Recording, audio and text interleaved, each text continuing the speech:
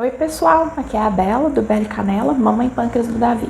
Assim como algumas mobílias são itens de família e joias são passadas de vó para mãe, de mãe para filho, as nossas bactérias também são uma herança, também são de família e também são passadas de geração em geração.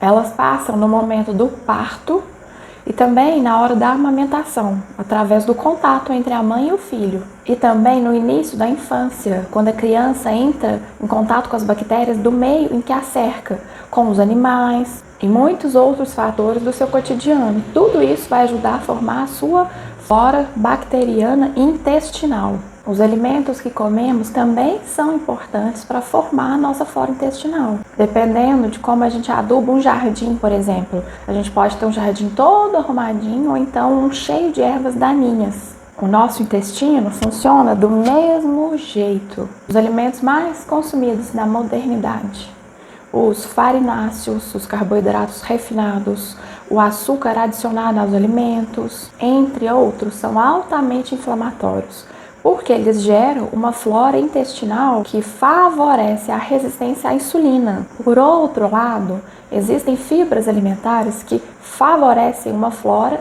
anti-inflamatória, que nos permite reduzir a nossa resistência à insulina e a gordura no fígado também, inclusive. Ou seja, o que nós comemos também impacta na nossa flora intestinal.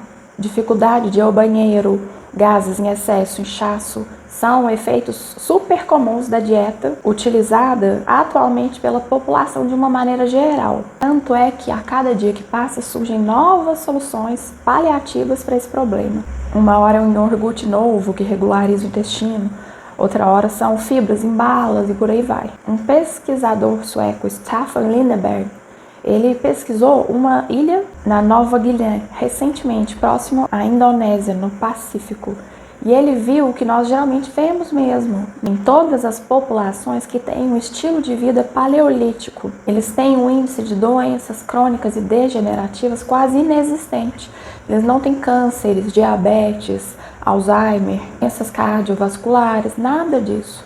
Mas existe um detalhe interessante em relação a essa população, que ele mesmo não esperava: o fato de consumirem cerca de 70% da sua ingestão calórica em carboidratos. O que é curioso se levarmos em consideração que os carboidratos elevam a insulina, e a insulina, por sua vez, armazena gordura e provoca uma cascata de coisas que leva à síndrome metabólica. Então havia uma peça faltando nesse quebra-cabeça. Ele não estava se encaixando. O que acontece é que os carboidratos que essa população come não são os carboidratos que a população mundial em geral consome. Eles não comem farinhas, pães, massas, biscoitos, bolachas recheadas, açúcar, nada desse tipo. Eles comem são raízes coletadas como batata doce, inhame, frutas da estação, coco e também peixes. Essa é basicamente a dieta deles. O impacto na flora intestinal é completamente diferente. Existe um consenso de que carboidratos densos e acelulares, como a farinha de trigo, por exemplo, ela é um carboidrato denso. Aquilo ali é desidratado, praticamente amido puro. Não tem água, não tem paredes celulares, aquilo ali foi moído de forma que ficou amido, purificado. Isso forma uma flora intestinal altamente inflamatória. E essa inflamação se torna crônica e gera resistência à insulina. E com a resistência à insulina, aí que essa insulina vai subir mesmo e dar origem a todos os problemas que a gente já conhece. Mas existe um tipo de carboidrato que é rico em um amido que nós não conseguimos digerir. Só as bactérias do nosso intestino. Esse amido passa direto pelo nosso trato digestivo e vai alimentar as bactérias anti-inflamatórias do nosso intestino. Aquelas bactérias que favorecem uma sensibilidade à insulina. Só que tem muita gente que passou anos da sua vida comendo errado.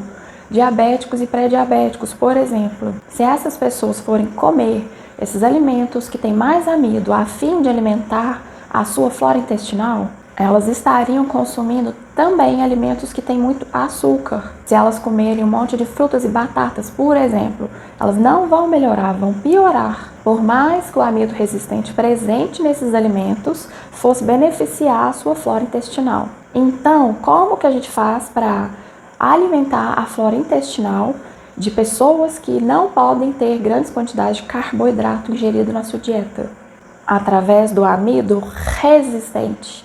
Aí está o segredo da população da ilha Kitawa. Eles comem carboidratos, sim, muitas calorias na forma de carboidrato, mas não é qualquer carboidrato. O amido resistente puro é uma forma de alimentar a flora intestinal de um corpo estragado por anos de abuso. Um corpo que já não tolera tanto carboidrato assim. É uma forma de alimentar a flora bacteriana intestinal sem dar açúcar a esse corpo. Ele não é absorvido. Ele passa direto pelo estômago, intestino delgado e alimenta única e exclusivamente a flora intestinal. Então, com isso, em poucos dias a gente consegue regularizar o funcionamento do intestino dessa pessoa e também ajudamos a melhorar a sensibilidade à insulina dela. Após consumir o amido resistente, ela pode comer o carboidrato sem ter uma elevação tão grande na sua glicose e na insulina. Existem várias formas de consumir amido resistente sem perder as suas propriedades. A mais prática de todas é colocar uma colher de sopa de polvilho doce ou de fécula de batata em pó num copo com água e tomar todos os dias, uma vez por dia. Nas primeiras 2 semanas, a flora intestinal vai fazer o que ela sabe fazer. Ela vai fermentar. Afinal, você está adubando a sua flora intestinal e isso vai gerar gases, então prepare-se. Mas depois esses efeitos passam e os benefícios valem a pena. Você quer mais um motivo ainda para cuidar da sua flora intestinal? Tá bom, lá vai. Você sabia que 95% da serotonina é produzida no seu intestino? Depressão, desânimo, estresse, muitas vezes são sinais de que o seu intestino não está funcionando de maneira adequada. Quando você cuida do seu intestino, você também está cuidando do seu humor, do seu bem-estar. E é por isso que o nosso intestino é chamado de o nosso segundo cérebro.